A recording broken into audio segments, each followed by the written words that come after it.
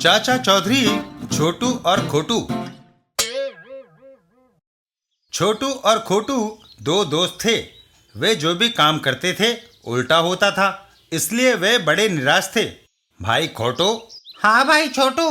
दुनिया भर के लोग हमें बेवकूफ और निकम्मा समझते हैं। हमें कुछ करना चाहिए ताकि लोग हमें बेवकूफ न समझे। मुझे एक तरकीब सूझी है। क्या? क्यों ना हम दोनों चाचा चौधरी के शागिर्द बन जाएं? सुना है उससे आज तक कोई गलत काम नहीं हुआ। वाह छोटू, तुमने बिल्कुल पते की बात कही। चलो चाचा चौधरी के पास। और वो दोनों चाचा चौधरी के पास चल देते हैं। चाचा चौधरी। चाचा जी, हमें अपना शागिर्द बना लीजिए ताकि हम बेवकूफों को भी थोड़ी अक्ल आए। क्या तुमने कभी कोई बहादुरी का काम किया है? हाँ, एक बार मैंने पहाड़ को अपनी हथेली पर उठा लिया था, लेकिन वह राई का पहाड़ था। दिन भर मैं शेरों से घिरा रहता हूँ, लेकिन वे शायरों के शेर होते हैं। कुछ भी हो, आदमी तुम दिलचस्प नजर आते हो। आज से तुम दोनों मेरे शागिर्द। अब जाओ और कोई काम करके मुझे दिखाओ।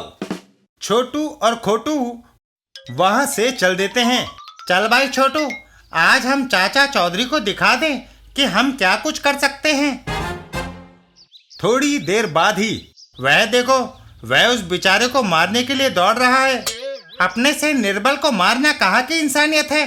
मैं उस खोसट को अभी मजा चखाता हूँ। खोटू दौड़कर उस आदमी को पकड़ लेता है। क्यों बे, तो उस दुर्बल पतले को मारने के लिए क्यों भाग रहा है? मैं तुझे अभी मजा चखाता हूँ। खोटू एक दंदनाता हुआ मुक्का उस आदमी के मुंह पर रख देता है। यह लो। आओ। जब तक वो दोनों लड़े, भागने का अच्छा मौका है। मेरी बात तो सुनो। हम कुछ सुनना नहीं चाहते। ले चलो इस कमबख्त को चाचा चौधरी के पास। चाचा चौधरी के पास। चाचा जी, देखो तुम्हारे आदमियों ने मार मार कर मेरी क्या हालत बना दी। क्यों भाई, क्या हुआ? एक बदमाश मेरी पॉकेट मार कर भाग रहा था कि मैंने डंडा लेकर उसका पीछा किया। तुम्हारे छोटू और खोटू ने पकड़कर मुझे पीटना शुरू कर दिया। अगर ये बात थी तो पहले हमें क्यों नहीं बताया? अरे तुमने मुझे बोलने का मौका ही कब दिया? मूर्खों, तुमने मेरा नाम डुबो दिया। जाओ, मेरी नजरों से दूर हो जाओ।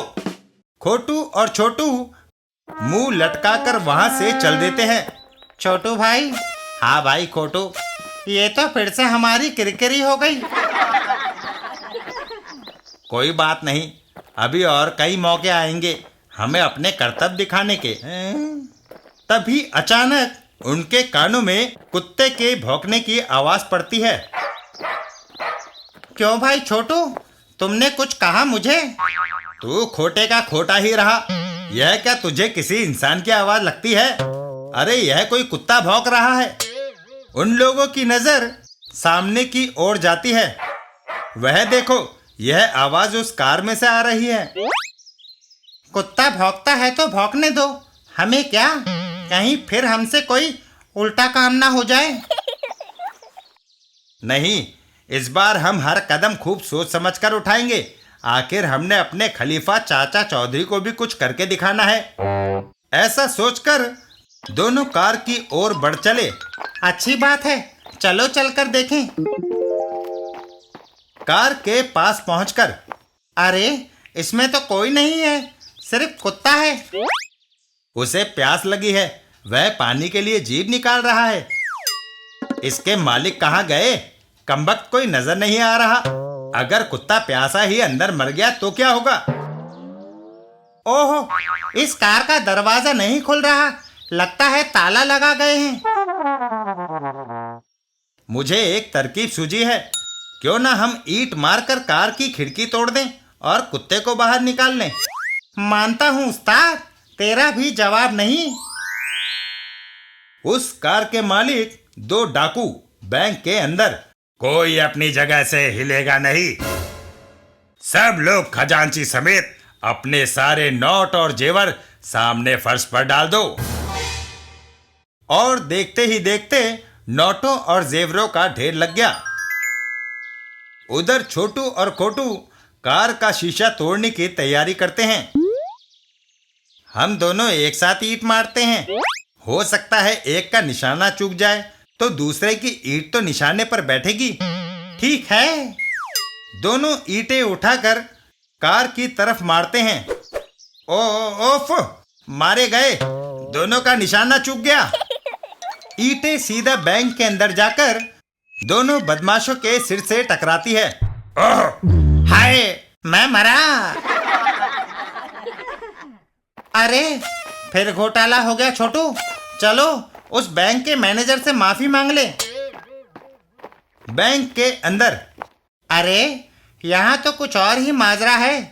छोटू खोटू, तुम नहीं जानते कि तुमने कितना बड़ा काम किया है। तभी चाचा चौधरी चेक भुनाने उस बैंक में आते हैं।